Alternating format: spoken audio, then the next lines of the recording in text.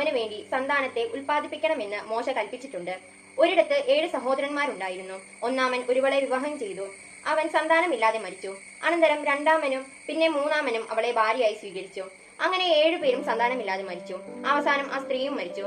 പുനരുദ്ധാനത്തിൽ അവൾ അവരിൽ ആരുടെ ഭാര്യയായിരിക്കും? അവൾ 7 പേരുടെയും ഭാര്യ ആയിരുന്നല്ലോ. യേശു അവരോട് പറഞ്ഞു, ഈ യുഗത്തിന്റെ സന്താനങ്ങൾ വിവാഹം ചെയ്യുകയും ചെയ്തു കൊടുക്കുകയും ചെയ്യുന്നു. എന്നാൽ വരാനിരിക്കുന്ന യുഗത്തെ പ്രാപിക്കുന്നതിനും മരിച്ചവരിൽ നിന്ന് ഉയർക്കുന്നതിനും യോഗ്യരായവർ വിവാഹം ചെയ്യുകയോ ചെയ്തു കൊടുക്കുകയോ ഇല്ല. പുനരുദ്ധാനത്തിന്റെ മക്കൾ എന്ന നിലയിൽ അവർ ദൈവദൂതന്മാർക്ക് തുല്യരും ദൈവമക്കളുമാണ്. ആകയാൽ അവർക്ക് ഇനിയും മരിക്കാൻ സാധിക്കുകയില്ല. മോശ പോലും മുൾപ്പടപ്പിങ്കൽ വെച്ചു കർത്താവിനെ അബ്രഹാമിന്റെ ദൈവമെന്നും ഇസഹാക്കിന്റെ ദൈവമെന്നും യാക്കോബിന്റെ ദൈവമെന്നും വിളിച്ചുകൊണ്ട് മരിച്ചവർ ഉയർക്കുമെന്ന് കാണിച്ചു തന്നിട്ടുണ്ട്. അവിടുന്ന് മരിച്ചവരുടെയല്ല, ജീവിക്കുന്നവരുടെ ദൈവമാണ്. അവിടത്തേക്ക് എല്ലാവരും ജീവിക്കുന്നവർ തന്നെ. നിയമജ്ഞരിൽ ചിലർ, ഗുരു, നീ ശരിയായി സംസാരിക്കുന്നു എന്ന് പറഞ്ഞു. അവനോട് എന്തെങ്കിലും ചോദിക്കാൻ പിന്നീട് അവർ മുതിർന്നില്ല. അപ്പോൾ അവൻ അവരോട് ചോദിച്ചു, ക്രിസ്തു ദാവീദിന്റെ പുത്രൻ ആണ് എന്ന് പറയാൻ എങ്ങനെ കഴിയും? ദാവീദ് തന്നെയും സങ്കീർത്തന പുസ്തകത്തിൽ പറയുന്നു, കർത്താവ് എന്റെ കർത്താവിനോട് അരുൾ ചെയ്തു, ഞാൻ നിന്റെ ശത്രുക്കളെ നിനക്ക് പാദപീഠമാക്കുന്നുവോളം നീ എന്റെ വലതുഭാഗത്തിരിക്കുക. ദാവീദ് അവനെ കർത്താവ് എന്ന് വിളിക്കുന്നു. പിന്നെ എങ്ങനെയാണ് അവൻ ദാവീദിന്റെ പുത്രനാകുന്നത്? സകല മനുഷ്യരും കേൾക്കെ അവൻ ശിഷ്യന്മാരോട് പറഞ്ഞു, നിയമജ്ഞരെ സൂക്ഷിച്ചു കൊള്ളുവിൻ.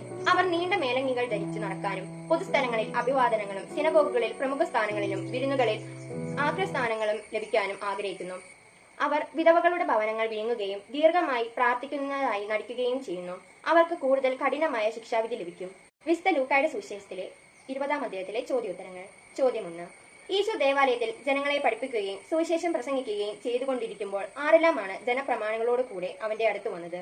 ഉത്തരം, പുരോഹിത പ്രമുഖന്മാരും നിയമജ്ഞരും. ചോദ്യം 2. ഞാനും നിങ്ങളോട് ഒന്ന് ചോദിക്കട്ടെ, ഉത്തരം പറയുവിൻ എന്ന് പറഞ്ഞ ശേഷം യേശു അവരോട് ചോദിക്കുന്നതെന്ത്? ഉത്തരം, യോഹന്നാന്റെ ജ്ഞാനസ്നാനം സ്വർഗത്തിൽ നിന്നോ മനുഷ്യരിൽ നിന്നോ? ചോദ്യം 3. വേലക്കാരുടെ ദിവസത്തേക്ക് എത്ര വെള്ളിക്കാശ് പറഞ്ഞോതിയിട്ടാണ് വീട്ടുടയൻ അവരെ മുന്തിരിത്തോട്ടത്തിൽ അയച്ചത്? ഉത്തരം, ഓരോ വെള്ളിക്കാശ്.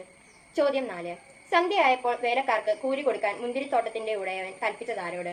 ഉത്തരം, തന്റെ വിചാരകരോട്. ചോദ്യം 5. വിശുദ്ധ ലൂക്കായുടെ 20-ാം അധ്യായത്തിന്റെ തലക്കെട്ട് എന്താണ്? ഉത്തരം, യേശുവിന്റെ അധികാരം. ചോദ്യം 6. പണിക്കാർ ഉപേക്ഷിച്ച് കളഞ്ഞ എന്താണ് മൂലക്കല്ലായി തീരുന്നത്? ഉത്തരം, കല്ല്. ചോദ്യം 7. ലൂക്ക 20-ാം അധ്യായത്തിന്റെ 3-ാമത്തെ തലക്കെട്ട് എന്ത്? ഉത്തരം, സീസറിന് നികുതി കൊടുക്കണമോ?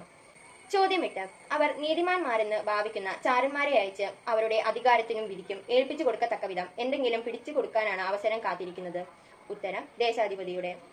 ചോദ്യം 9. നീതിമാന്മാരെന്ന് ഭാവിക്കുന്ന ചാരന്മാർ യേശുവിനെ സംബോധന ചെയ്യുന്നത് എന്ത്? ഉത്തരം, ഗുരു. ചോദ്യം 10. ഞങ്ങൾ ആർക്ക് നികുതി കൊടുക്കുന്നത് നിയമാനുസൃതമോ അല്ലയോ എന്നാണ് അവർ ചോദിച്ചത്? ഉത്തരം, സീസറിന്.